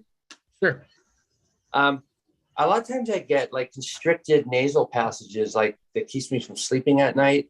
Like That's your blood pressure. That's your blood pressure. God, again. That's even the allopathic doctor will tell you that's blood pressure. If you were having restricted nasal passages when you're going to sleep, that's your blood pressure and vascular system in your sinuses not balanced. So if he prescribes me one of those drugs, they're more than likely going to prescribe you a water pill, something that has a diuretic in it and a vascular and something that helps control the vascular system so it's not constantly expanding. What about all the side effects if they listen to commercials? Okay, so you're going to believe the propaganda of all the commercials versus getting better and well? So if you actually look at the side effects of diuretics, it's virtually nothing. Oh. But you've allowed yourself to be programmed that everything that's in pharmacopoeia is evil and mean and baby raping lizard wizards. And yes, you have gone that extreme. And even though you don't think you have, you have. Okay. I'm using this harsh energy because I want you to live and have a good life. No, I don't think you're being harsh. I'm not taking this harsh. I've just had bad experiences with So have I. So have I. Okay. The side effects are horrendous for me at times. Just really bad. But you haven't even seen a doctor in how long and taking out of your medicines and how long. Come on, that's a fucking bullshit argument. Come on. Forget who you're talking to here. All the messages that you create of your own self-defeat, I see them as that. Yeah, trying to be open-minded. I know you are. That's why I'm giving you this energy. So you're going to be even more open-minded to say, you know what? I need some help here. I can't self-diagnose anymore because it's gotten me into a place that's fucked me up. I tell this all the time. Stop self-diagnosing. You're almost always wrong. That's to everyone out there. Okay, that's I'm open-minded to what you're saying. Okay. I'm not trying to fight you. I know you're not. I'm just telling to the future people too that are out there that are in the same situation as you, but they're in denial. Because right now you are a powerful teacher to everyone else that's out there that thinks every doctor is a baby raping lizard wizard and will never go to one.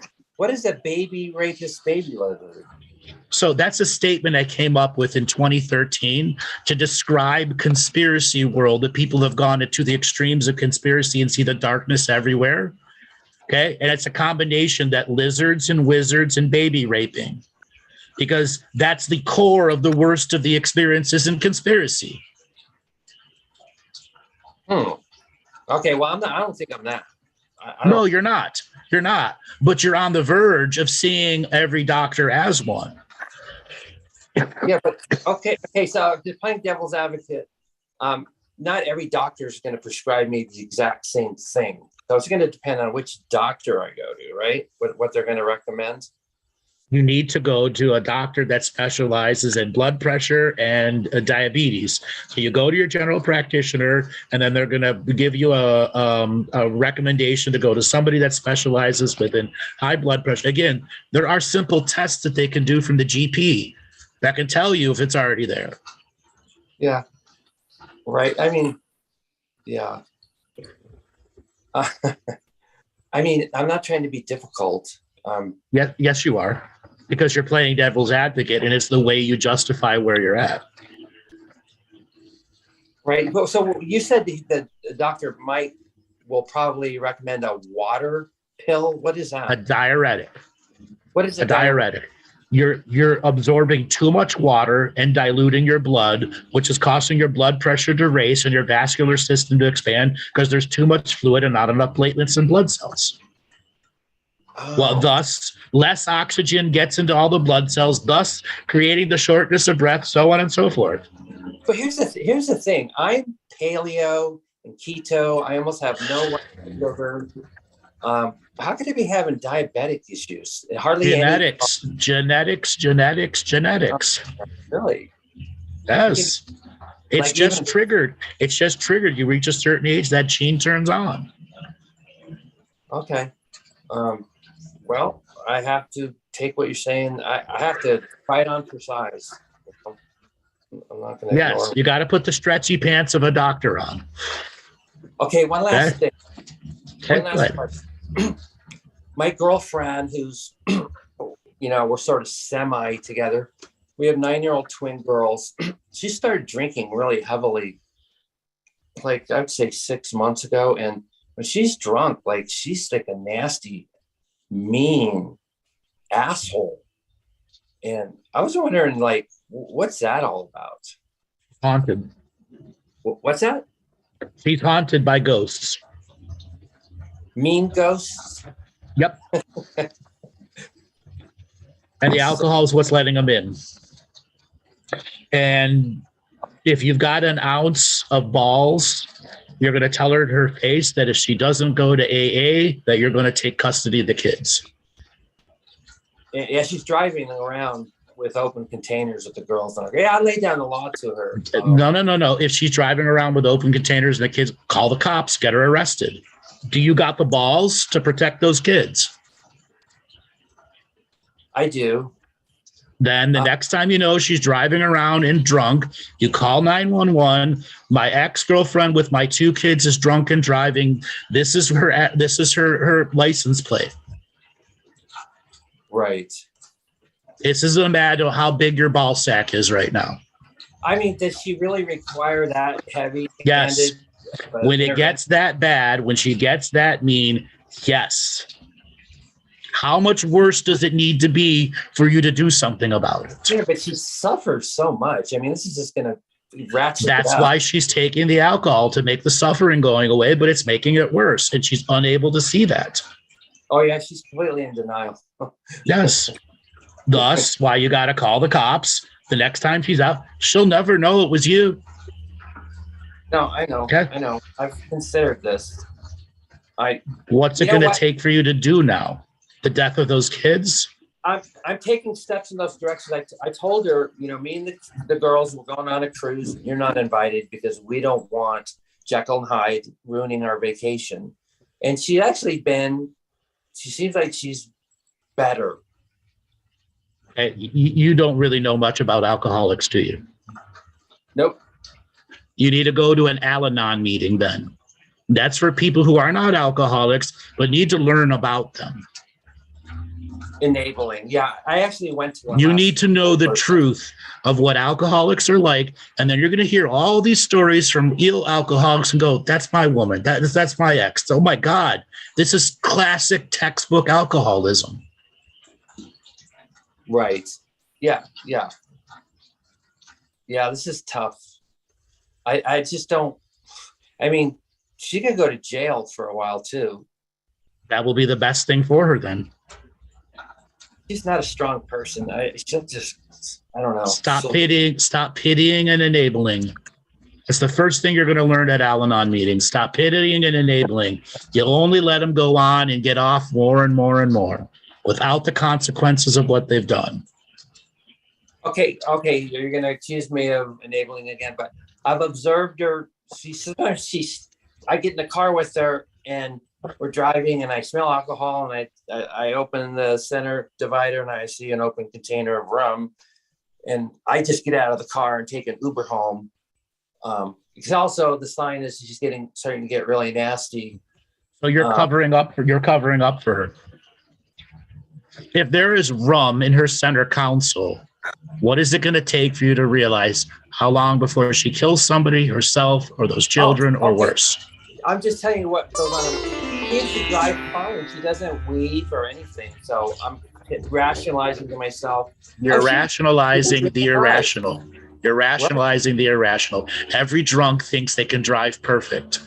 But You go to an Al-Anon, listen, that's bullshit. It's bullshit. If you were to drive behind her for 45 minutes, you'd be like, what the fuck's wrong with this person?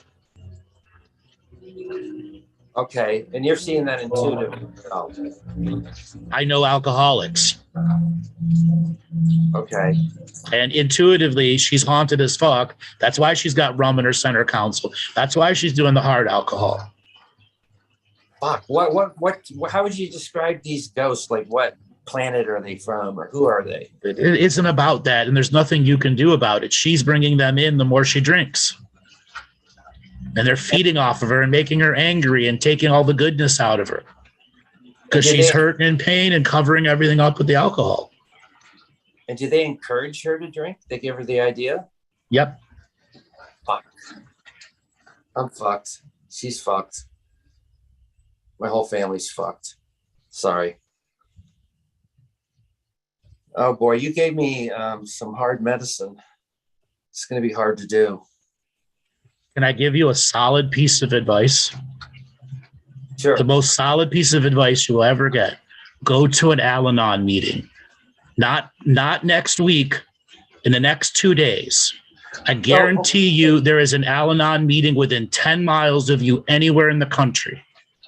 Yeah, I don't know if you heard me before, but I went to my first Al-Anon meeting last week. So I'm on that road. What did you experience in it? Well, the first thing I learned is that, your attempts to try to talk them out of being an alcoholic are going to be futile. So that's one thing I took away from it. And but you didn't hear the rest though. If it's futile and all the things that you're doing right now are futile, why are you continuing? Because you still think you can save her. Because the intervention you're recommending has major ramifications for my family on one side. And on the other side, you advocate those are necessary. And at this level, they are, because it has gone too far. Right. Okay. And that's what you have to see. No matter how painful it is and all the thing that you have to do to pick up for her, that's going to happen. That's the nature. Now, the next piece of solid advice is you do got to grow a ball sack here, man. What's the cutoff?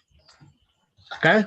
What's the cutoff where your man stands up and protects your family from a drunk that's driving all the time with rum in the center console?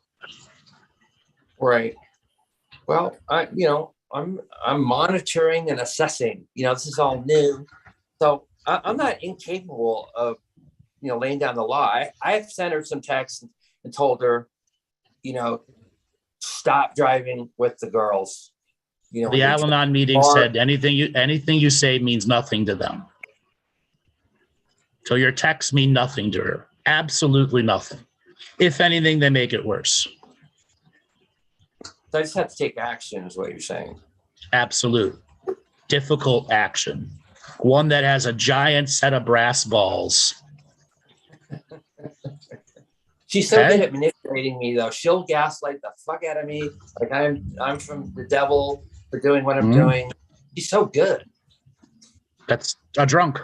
Blame everyone but themselves. Thus, why the solid piece of advice for you is next time you know she's heavily drinking and she's in the car and the kids are in it, call the cops.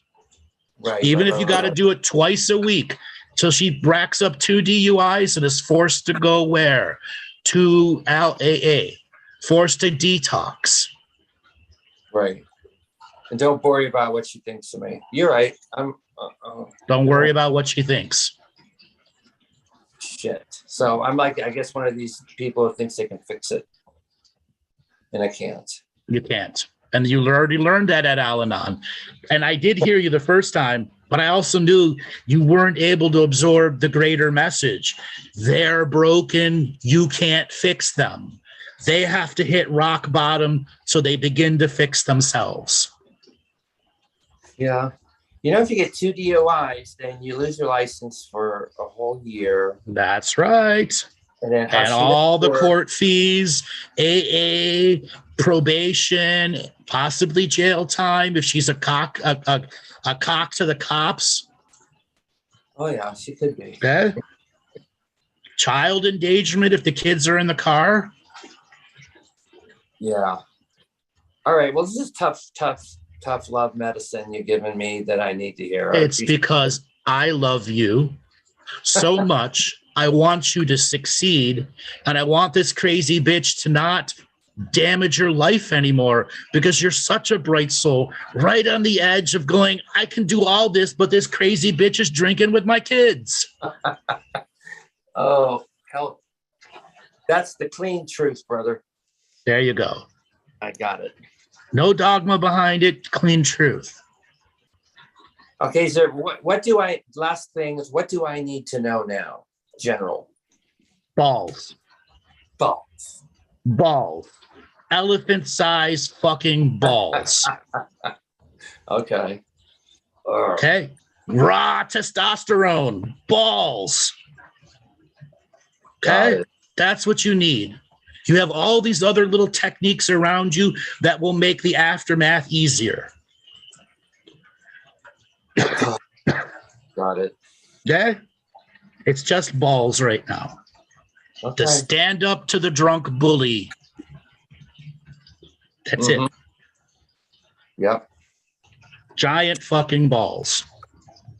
All right. I got there you go. Elephant balls like that.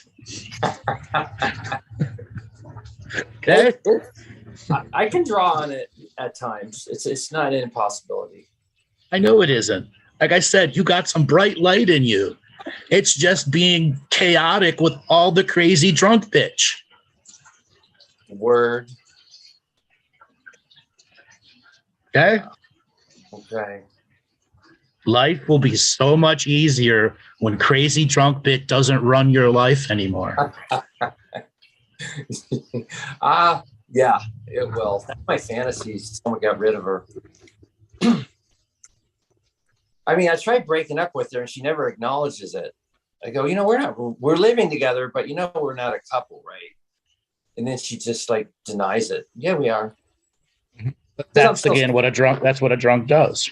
And I'm still sleeping with her because I think with a small head, that's probably not a good idea. No, it's not.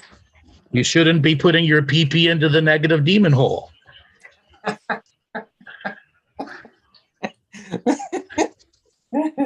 I love that you laughed about it. All right. That's the small head for you, son. Yeah, that's the small head. That's what's going to happen. You're putting it in the mousetrap. Oy vey. Well, this was great. You helped me a lot, sir. You're welcome. Okay? Call in again after you've reported this bitch. Tell us about it. Let us help you through it. I look forward to it. Okay? I can envision. Let's let everyone here that's listening in this chat room and everyone in the future, let's send him giant ball energies. Okay? May they hang down to his ankles. Oh. Okay? No, you know what my objection is that I still love her and feel compassion for her. That's why you got to go to some more Al-Anon meetings and hear other people's broken love stories. You're right. You're damn right about that. Yeah. Okay. I got my coach. You can do it. I know. Okay? Don't put your pee-pee in the demon hole anymore. But I got to find another pee-pee hole. That's not so well. easy. Take a break for a little bit. Okay? But I got a sex addiction. What's more important, your kids are getting laid? Oh, yeah, my kids, for sure. Okay. No question. Once they're secure, you can go fuck the whole neighborhood. Just don't bring them all home. That's very positive. Okay. Because then demon bitch ain't there anymore. You can knock as much tail as you need. Until it becomes stupidly addictive and it becomes as bad as alcoholism. Learn to control it, get good sex, meet somebody that can truly love you back, and have a real relationship. Yeah. Yeah, you're right. She is a crazy bitch, and I'm in denial of that sometimes. Hey. I see it a lot, but then I say, I got to be spiritual. You're supposed to be forgiving and loving and compassionate. Yeah, all that bullshit light worker stuff that doesn't get you nowhere. It doesn't allow you to hear these truths. Allows the enabling, yeah. You don't set the boundaries you need to set because of that dictate too much forgive. That's right. Fuck this. Okay. Balls expanding. I feel it. Giant. As big as that elephant. Yep. Okay. I want you to know you've been a great teacher to a lot of other people out there who have even less strength to stand up to their alcoholic or drugged up partner. Okay? Okay. And I want you to know you got powerful light in you. The work you have done on yourself does work. And as you get rid of this crazy frequency, something new is going to come through you. You're right. You're not telling me anything I haven't heard the whisper of inside. I just doubted it. So you just doubted your own wisdom. Yeah. It's coming to a head. It's coming to a head. You got me over the edge, sir. Thank you. Congratulations. Congratulations. Okay. Double clap for you. Again, call back. Let us know what's going on so we can help you through it. Sure. Absolutely. All right, brother. Take it easy. Good talking to you. Likewise. All right. Bye. Wait, Robert, is Monty there? He is in the room. Let's bring on Montosaurus. My voice is getting a little bit stressed out here. I'm not going to be able to do another session, but I can talk with Monty. Oh, well, I'm not good enough. Is that what you're saying? You are very good enough. I know that. It's called comedy, Andrew. Thank you. What did you think of that last caller? I'm just dreaming about, hang on. You have to see me now. Robert has this fascination of seeing me. And there we go. I'm in my Tim Pool look. Yeah. You got the beanie on? Yeah. Well, it's Melbourne. It's May. Oh, it's 11 degrees now. It was 9. So yeah. Monty Beanosaurus Rex. Yep. Which I'll get to that. But yeah, the demon hole. I'm fascinated by that. But I'm a hermit that's doing, he's in his 7th year of his pond far. So, you can, this is how they trap you. you have no sex at all for 7 years, and then someone says, hey, and like, oh. Yes. They wiggle something and glitter comes out of it, and you're like, fuck. Yeah. Can't resist the glitter. Eddie Murphy said it perfectly where I think it's from Delirious, or Raw. Anyway, that's 1982, 84, where like if you give a starving man like a sayo or a dried cracker biscuit, you give it that like, oh, what's that? What's that? Oh, is that salted? Oh, yeah, yeah. But if you give that man a cracker each day, after a month, it's like, really? This fucking crackers again? Yes. Yeah, like, can I So have the a actual- hello taste? Yeah. The actual Eddie Murphy quote is, does fire shoot out of her pussy?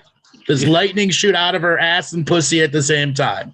Yeah. And that's from Eddie Murphy Delirious. That's just not me being, making it up. You can listen to it. Yeah, that's a classic. That was huge down here in Australia because that was one of the first, except for Richard Pryor, but it was one of the biggest videos that for comedy in Australia, basically. I think globally as well, because it was Eddie Murphy and he was hitting his stride. I think it was like 22, 21. Anyway, Yeah. Going back to the weather, it's kind of weird. The Australians, well, Melburnians anyway, it's like, oh, it's so cold. And then in summer, oh, it's so hot. Is it your first time in Melbourne? No, I've lived here all my life. Yeah, it's like, you forget the weather? What is wrong with you? Listen. So my question is, so what I find fascinating, can you talk about the capacity of humanity? It even comes up in Doctor Who of like, how can you forget that the Daleks have invaded 3 times in the last decade? What's the capacity of humanity to forget certain things? Cognitive dissonance. Yeah. Okay. Now, when it comes to weather, humankind has been born to bitch and complain about the weather. Is that because we can remember 3 million years ago where it was all tropical and we could walk around in loincloths and not worry about shoe size? Yeah. Exactly. Okay. We were born to bitch about the weather. Everybody's elbow or ankle swells up and the weather's changing. Everyone's got that story. Yeah, because like I thought Melbourne was one of the coldest places on earth. Then I met Canadians and like, yeah, fair enough. Okay, you win. Okay. Yeah, it's So you've been paying attention to what's going on in the news? Yes. Well, you know how you keep trying to nudge me to do stand-up comedy. Well, you saw that Dave Chappelle got crash tackled at the Hollywood Yes. Bowl. And I'm like, yeah, do I really want to go? Melbourne, progressive, morons. So it was another homeless rapper on Mixer. This is the 3rd homeless rapper on Mixer that's attacked a famous person in 4 months. Okay. Yeah. So there's a issue with homeless rappers on Mixer going on. Oh, there's a great meme, and this is for everyone listening as well. Remember, if you're feeling low and you're feeling down and you don't think you're worthy enough, just remember that someone from your hometown is trying to be a rapper. Yes, wrapping paper. Yeah, I got skills. That's right. This gift. Exactly. Tape and wrap and tape. So what I do find it interesting, like the Maxwell case, completely, that was all shut down. Oh, she got charged. Oh, what for? Procuring underage children to clients. Who are the client? Who are the clients? Yeah, never mind. Never mind. Exactly. You're not allowed to know that. Yeah, sure. Hush. Then you got the Johnny Depp and Amber Heard, where everyone is fascinated, and I don't think anyone's on Amber's side anymore. Did you listen to anything from today? No, I haven't. I don't follow it along. I just see little bits and pieces on Twitter and so forth. Like apparently she tried to cry, proving that she's several dozen times, and it was all fake. And everybody's like, Jesus Christ! If this gets any more faker, Jesus Christ, it's awful. Yeah. Of course, real women, if I can say it that way, they know the whole thing as well. It's like, bitch, be crazy. Bitch, be crazy. And that whole believe all women. Well, she's not the exception to the rule, but the point is, you don't believe all women off the bat, because it does. If anyone actually is coming from an abusive relationship, Amber has put that hint of doubt into it. If that makes it, it's pushing back the whole Me Too type of, the concept of Me Too, and even I go to the point of, even though if it's 5%, that males experience domestic violence as well. And I'm not saying it's better or worse. It's like maybe include that because, violence doesn't have a gender, not a gender. Well, violence could have an agenda. Sorry, I'm just going down a word hole. It's okay. An agenda. No, agent. Sorry, I'm just amusing myself. Agenda. Agenda. Yeah, violence and its agenda. Sex. Anyway, people punch other people. Yes. And it's that, I had an idea of if a man rapes a woman, there's a certain amount of years. I think it's way too low, but if you get charged and whatever that term is when you did it. However, when a woman makes a false accusation, it should be the same amount of time or punishment. And you'll probably see a lot of people not saying, "Oh, he raped me." It's like, I was in Brisbane. You're in Perth. How did I rape you? Very carefully. Yeah. Yes. I thought that was the best example of safe sex, of being 3,000 miles apart. No, put the beanie on. Yeah, well, are you talking about hat wear? Yes, beanie. Well, the little head wear. Yeah. You got to get the beanie, the little head beanie. Yeah, I actually tweeted and no one, about 3 people liked it, where it's like, I typed them. So what's your view on this Roe versus Wade thing? Me, buy a condom, you slut. Yes. Just, just cut to the chase. Birth control. Yeah. It works wonders. Well, and also, isn't at this point in time in the United States, abortion is government funded? Is that correct? Yes. Planned Parenthood. Yeah. So I think that's kind of the issue. Like, I'm not against abortion 100% because, there are cases where things actually, dictate it. But if it's turning into cosmetic surgery, that's where I sort of like put my hand up and go, hey, what's going on? Especially if the government is paying for it. Yep. You know what, Monty? My voice is fastly fading. I'm going to call it an end of the show. Why don't you give a way for people to get a hold of you? Wafer Thin Entertainment on most platforms like YouTube, Odyssey, Rumble, and BitChute. Also on Twitter and Facebook. I've got my own Twitter handle, which is @RealMontyDean. I have a show every Wednesday morning at 2 a.m. Eastern Standard Time, New York time, on Revolution Radio. I do a comedy show with Andrew Bartzis and co, which will be next week. As well, I started helping produce Strange Universe with Sean David Morton on Wednesday nights, Thursday mornings, which is 1 a.m. Eastern Standard Time, Thursday morning. But Sean's in LA, so it's at 10. So yeah. Also, I'm unemployed, so I really need to figure out how to monetize this shit. I've got a PayPal as well if you want to send me money. Well, tell them how to send money from your PayPal. It's waferthinmont@gmail.com. Okay, waferthinmont@gmail.com. All right, everybody, my voice is burnt out for the day. I'm going to let you all go. We will be back next Friday with our live comedy show. Until then, sit back, relax, turn off the TV, turn off the social media, take some time for yourself, and give yourself a wedgie. All right, Robert, take us away.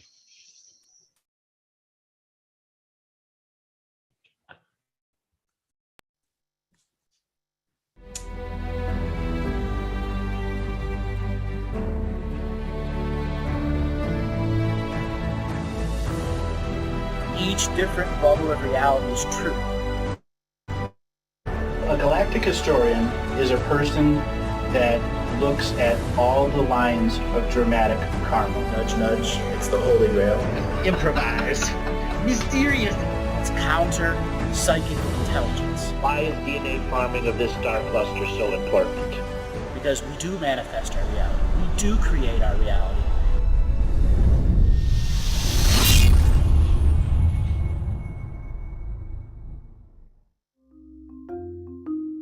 Hello, let's create, let's co-create, and let's change this world with love.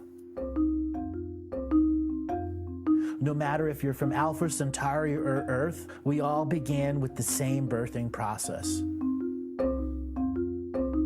We live in a limited point of view. Living the mystical life daily is about striving for the unlimited point of view. Each day, each human being gets an infinite amount of choices. Living the mystical life daily is about facing obstacles and challenges. The level of awareness that you are working at means you have a responsibility to be equal with it. How does one truly let go of expectation?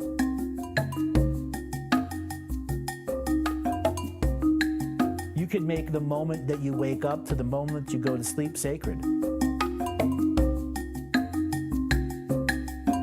The keys to success: choice, choice, choice, and choice.